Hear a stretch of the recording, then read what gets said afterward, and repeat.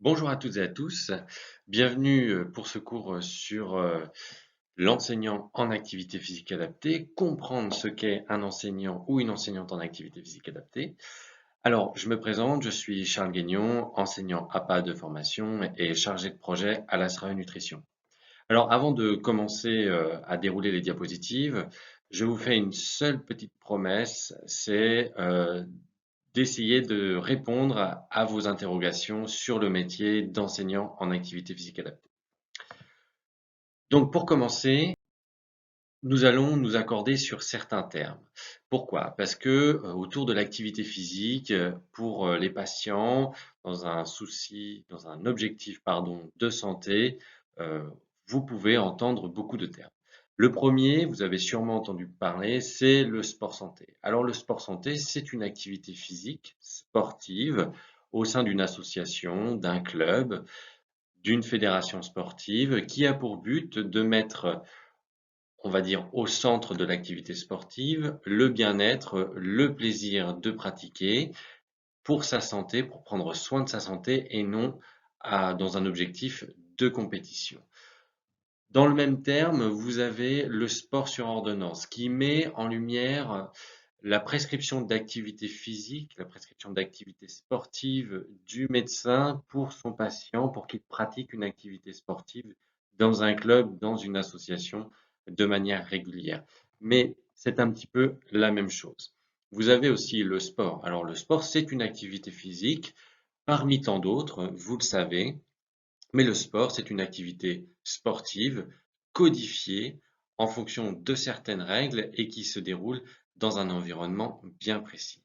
Alors, d'autres termes que vous pouvez entendre dans votre profession, c'est réadaptation fonctionnelle ou rééducation. Alors, ce sont des termes qui sont dédiés au secteur sanitaire où là, le patient aura une prise en charge au sein d'un service ou d'un centre de rééducation et de réadaptation fonctionnelle avec une équipe pluridisciplinaire médicale et paramédicale.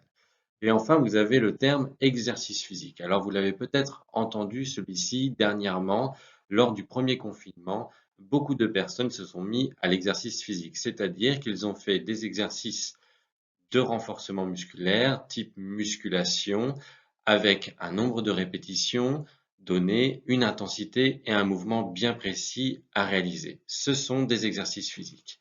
Et parmi tout ça, parmi tous ces termes, il y a l'activité physique adaptée. Et l'activité physique adaptée, eh bien, elle va être représentée un petit peu partout. Donc, on va essayer de comprendre ce qu'est vraiment une activité physique adaptée. Alors, déjà une définition simple de l'activité physique adaptée, c'est-à-dire que ça correspond au domaine scientifique et professionnel de l'activité physique pour des personnes qui ne peuvent pas pratiquer une activité physique ou sportive dans des conditions ordinaires. Alors, pour toute personne, oui, mais avec des besoins spécifiques. Quels sont ces besoins spécifiques? Ils sont soit de santé, soit de participation sociale ou d'inclusion. Alors, une fois qu'on vous a dit ça, mais dans quel cadre? Donc, pourquoi? Eh bien, tout simplement, à partir du moment où une personne a une maladie, une limitation fonctionnelle, est en situation de handicap, est inactive ou est vue comme sédentaire, par exemple, on peut lui proposer une activité physique adaptée. Une fois qu'on a dit ça, on n'a pas dit grand-chose sur le professionnel de l'activité physique adaptée. Il faut savoir que c'est un professionnel qui n'est pas reconnu comme un professionnel de santé. Il est tout simplement un professionnel du sport, de l'activité physique et il est diplômé d'une licence TAPS. Alors vous pouvez retrouver ici un lien qui vous expliquera sur le plan, on va dire, réglementaire, code du sport, toutes les possibilités et missions d'un enseignant en activité physique adaptée. Alors, cet enseignant APA, comme on le dit si souvent, a soit une licence 3 STAPS APA, soit un master de STAPS APA. Une fois qu'il a au minimum une licence 3, il est enseignant en activité physique adaptée. Et depuis une dizaine d'années, eh bien, ces enseignants APA reçoivent la formation 40 heures d'éducation thérapeutique du patient. Alors, l'enseignant en APA, ce n'est pas simplement de l'animation ou de l'encadrement de séances ou alors de l'évaluation des capacités physiques des personnes.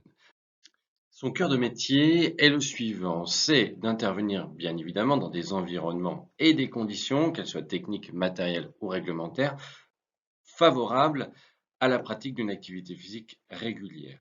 Et son cœur de métier, c'est de concevoir des programmes, des projets, des dispositifs à des fins d'éducation, de prévention, que cette prévention soit primaire, secondaire ou tertiaire, et de promotion de la santé, avec un objectif simple basé sur une intervention qui met l'activité physique adaptée au cœur du projet, du programme ou du dispositif pour lequel il intervient. Alors autre chose, dans quel secteur interviennent ces professionnels de l'activité physique adaptée? Eh bien, vous pouvez les retrouver dans le médico-social, dans le social, dans le milieu sportif et dans le milieu sanitaire. Pour beaucoup, vous les retrouverez dans le milieu sanitaire, au sein des équipes pluridisciplinaires de prise en charge des patients avec limitations fonctionnelles ou maladies chroniques, dans les services de rééducation ou les centres de rééducation de réadaptation fonctionnelle. Alors, je vous mets ici en exemple certaines missions que l'enseignant APA peut réaliser. Il peut évaluer l'environnement de la personne pour connaître son niveau d'activité physique, voir ses leviers et ses freins à une pratique régulière d'activité physique. Il est en capacité de concevoir et d'animer des interventions dans le cadre d'une réadaptation, d'un projet de promotion de la santé, d'ateliers d'éducation thérapeutique, par exemple.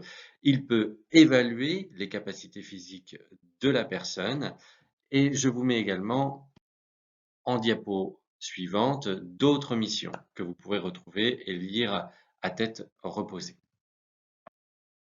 Alors en quelques mots, l'enseignant APA, c'est un expert de l'activité physique.